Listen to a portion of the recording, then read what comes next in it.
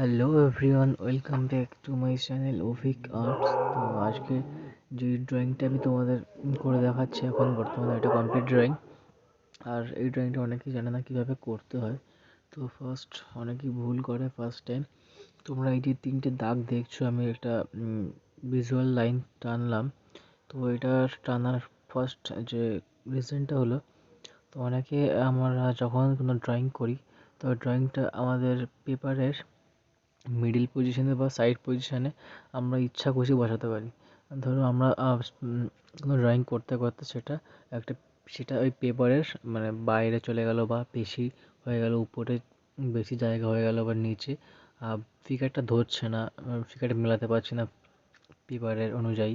যত বড় পেপার ধরো, সাপোজ নিচের দিকে তোমার বডি বেশি চলে আসছে বা যে কোনো একটা সাইড হয়ে গেছে, বা তুমি যেরকম রাখতে চাও সেরকম করতে পারো।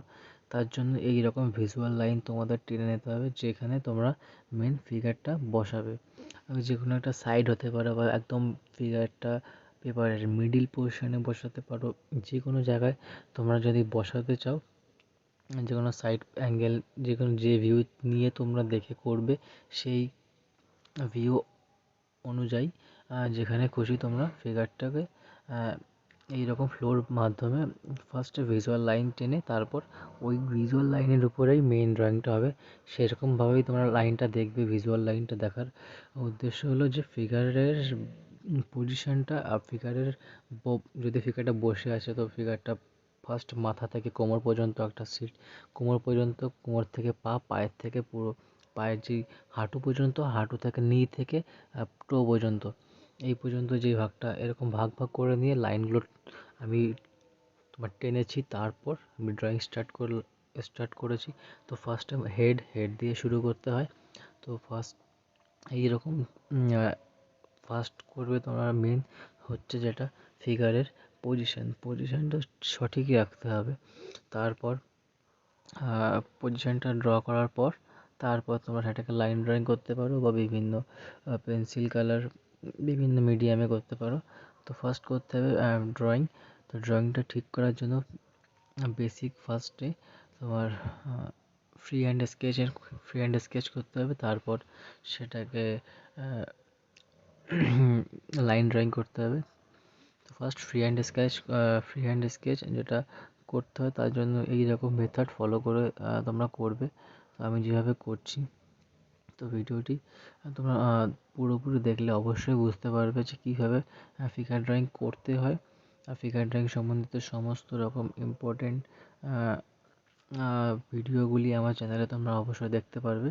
তো দেখো যে এই লাস্ট লাইনটা আমি টেনেছিলাম, তো সেইখানে গিয়েই কিন্তু আমি পাটা করছি, হ্যাঁ। তো এইভাবেই ভিজুয়াল লাইন করে নেওয়ার সুবিধা। যে ভিজুয়াল লাইন করেই ড্রয়িংটা করার সুবিধা হলো এই যে আমি ফিগারটা একদম দেখছো, খাতা যে উপরের ভাগটা আর নিচের ভাগটা প্রায় সমান। যতটা গ্যাপ আছে, মাথার উপরে যতটা গ্যাপ আর পায়ের নিচের যতটা গ্যাপ, খুব একটা বেশি ডিফারেন্স নয়। তো এই জন্যই ভিজুয়াল লাইন টেনে নেওয়া উচিত। তাহলে ভালো ড্রয়িং করা যায় বা ড্রয়িংয়ের পজিশনটা ভালো করা যায়। তো যাই হোক, এইভাবে ফিগার ড্রয়িং করতে হয়। আর ফিগার ড্রয়িং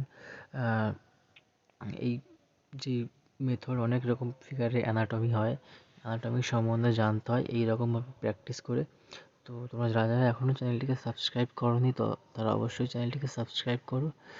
আর ভিডিওগুলি পুরোপুরি অবশ্যই দেখো, তাহলে অ্যানাটমি তোমাদের ক্লিয়ার হবে, কীভাবে ড্রয়িং করতে হয় অ্যানাটমি। তো দেখো ভিডিওটি পুরোপুরি স্কিপ না করে দেখতে থাকো। তো দেখা হচ্ছে ভিডিওর শেষে।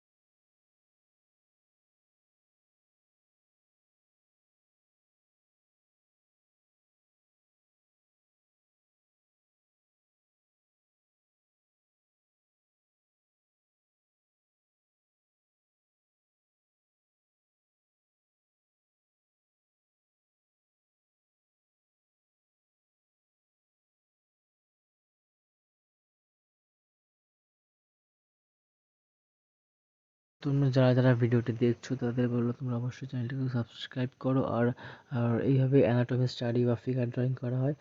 ফিগারের সম্বন্ধে জানাকে বলা হয় স্টাডি। তো স্টাডি করার জন্য তোমাদের ড্রয়িং করতে হবে। তো ড্রয়িং যত বেশি প্র্যাকটিস করবে ততই তোমরা ফিগার সম্বন্ধে জানতে পারবে। আর ফিগারের মাপগুলো বেশি করে তোমরা বুঝতে পারবে। তো ফিগারের মাপ যারা জানো না তাদের জন্য এই ভিডিওগুলি খুবই গুরুত্বপূর্ণ। তোমরা ভিডিওটি পুরোপুরি যারা দেখছো তাদের বলবো তারা আমার চ্যানেলের সমস্ত যেসব ভিডিওগুলি আমি আগে আপলোড করেছি সেগুলো ফলো করো। সেগুলো দেখলে তোমরা আরও ক্লিয়ার হবে ফিগার ড্রয়িংয়ের বিষয়টা। তো তোমরা সেই ভিডিওগুলি দেখো আর প্র্যাকটিস করো। আর ভিডিওটা কেমন লাগলো অবশ্যই কমেন্ট করে জানিও। সবার কাছে ভিডিওগুলি শেয়ার করো। আর তোমরা নিজেরাও প্র্যাকটিস করো খুব পরিমাণে। বিভিন্ন শেপ ড্রয়িং করা শেখো। আর ভিডিওটি ভালো লাগলে অবশ্যই লাইক শেয়ার সাবস্ক্রাইব করো। তো দেখা হচ্ছে পরের ভিডিও।